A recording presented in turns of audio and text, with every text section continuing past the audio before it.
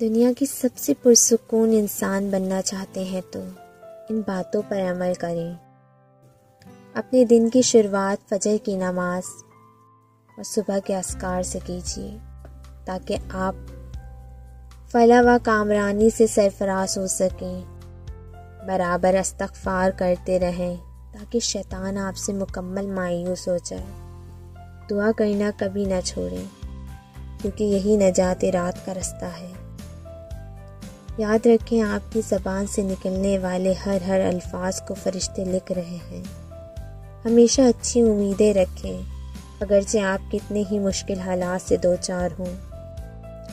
انگلیوں کی خوبصورتی اس کے ذریعے تسبیح کرنے میں ہے۔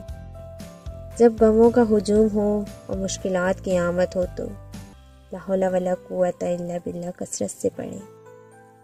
غریبوں اور مسکینوں پر خرچ کر کے ان سے دعائیں اور محبت حاصل کریں۔ کچھ بولنے سے پہلے سوچیں کیونکہ الفاظ قاتل ہوتے ہیں۔ مظلوم کی بد دعا اور محروم کے آنسو سے بچیں۔ اپنے گھر والوں اور ساری دنیا کے انسانوں کی ہدایت کی بھی فکر اور دعا کریں۔